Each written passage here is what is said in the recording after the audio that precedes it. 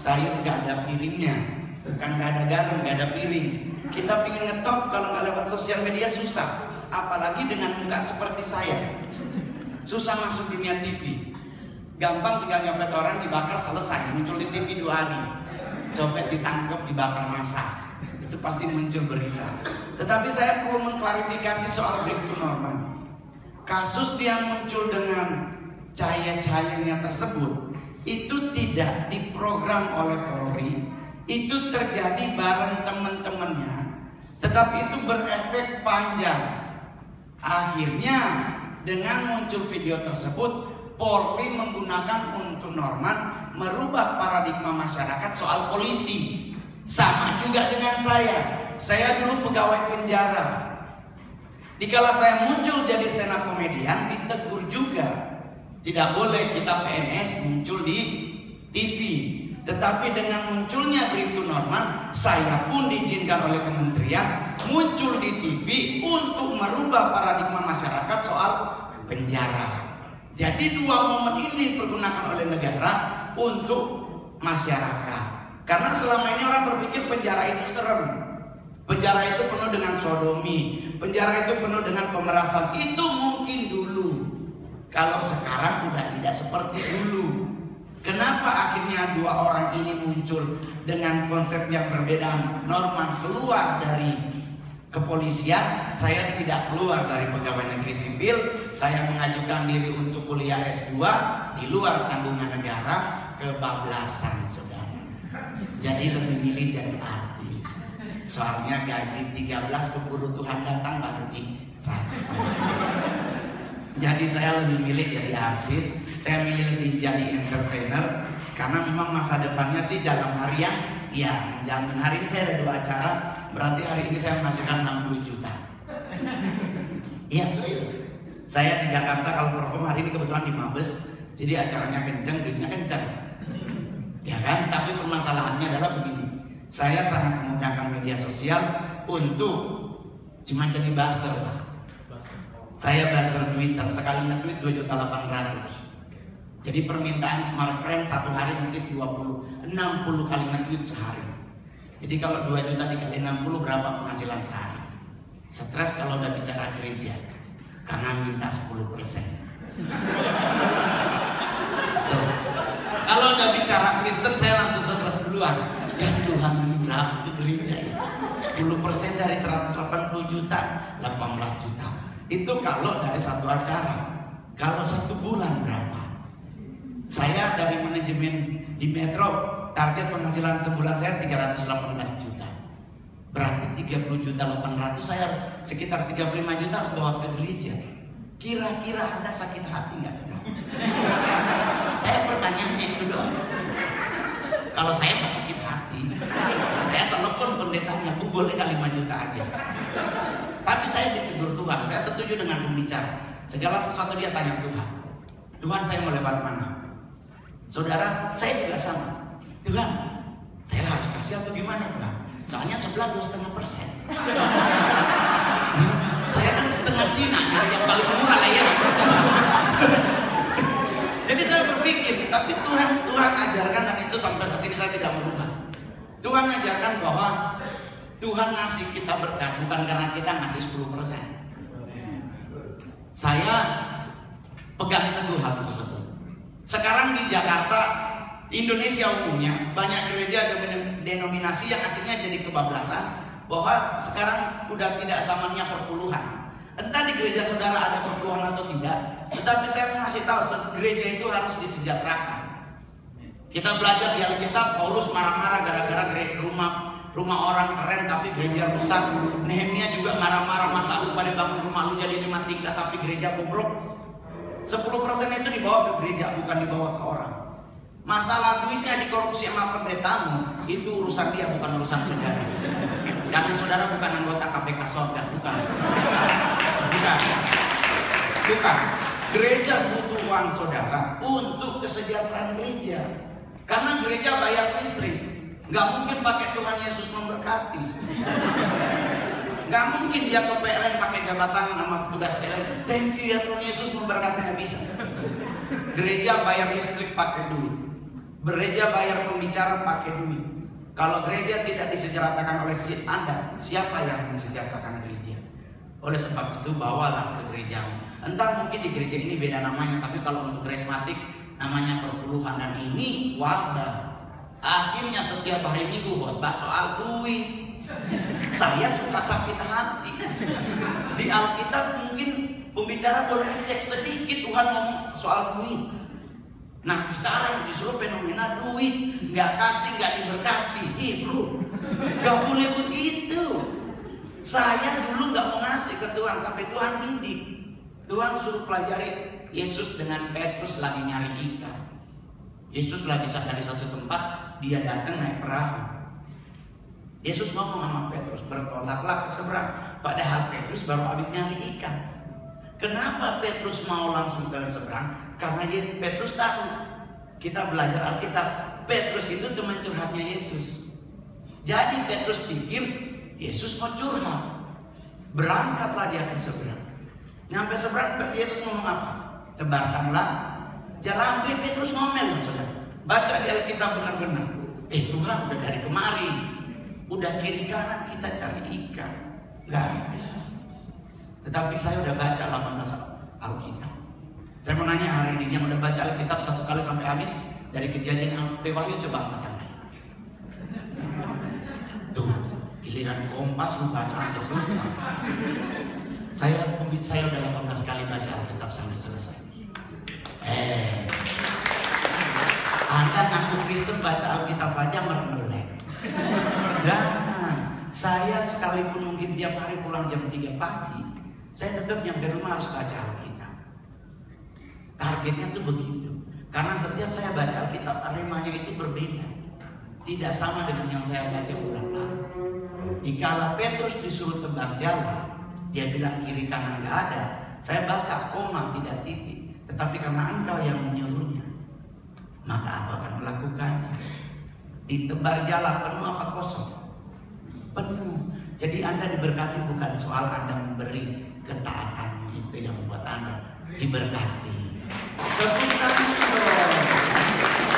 Saya dengan Agnes Monica mungkin jauh followernya. Beliau 13 juta, saya baru 95.000. Tapi buat ukuran Manado saya paling banyak. Radit kalau ukuran stand up komedian, Radit yang paling banyak. Tetapi saya itu di follow oleh Adam Sandler. Kebetulan di linknya dia itu dia favorit komik di luar Amerika itu saya. Dan saya bangga tuh, gila Adam Sandler. Orang kita mah aja follow kita udah bangga, apalagi beliau ya. Dia artis terkenal di luar negeri. Dan udah janjian kalau saya ke Francisco nanti di acara keluarga kawan semua di Amerika, dia akan ngajak jalan. Enak jadi artis kadang-kadang ya. Tapi hari ini saya mau tanya, yang makan babi coba angkat tangan. Ya, yang makan babi coba angkat tangan. Tolong angkat tangan. Saya mau ngasih tahu buat Anda, kehebatan orang Kristen. Pertama karena kita punya juru selamat namanya Yesus Kristus. Kita harus lengkapin, jangan dikurangi. Oh siapa Tuhanmu? Yesus. Coy, ada Yesus Nabi Tukulu dari Medan. Kita nonton Cabelita ada Yesus Gracia bapaknya. Kita nonton ada Yesus TV, salah satu perdana menteri di negara Jazirah Arab. Ada banyak orang nama Yesus. Jangan sembarang cuma kasih nama Yesus. Karena kalau kita cuma pakai nama Yesus, takutnya kisah para rasul 19 terjadi. Setan nanya, Yesus mana? Nabi Tukulu orang Batak ya. Di Papua ada 2 orang bernama Yesus, di Timor Leste ada 4 orang bernama Yesus. Di Spanyol, Amerika, Argentina lebih banyak lagi. Kita harus lengkap. Petrus aja kayak Dokot udah jadi hamba Tuhan tuh, dia bilang loh, saya punya kuasa Yesus Kristus orang Nazaret. Lengkap. Paulus juga begitu, salam dalam nama Tuhan kita Yesus Kristus. Lengkap. Nah kita disingkat-singkat. Jangan saudara. Kenapa kita hebat? Karena kita punya juru selamat namanya Yesus.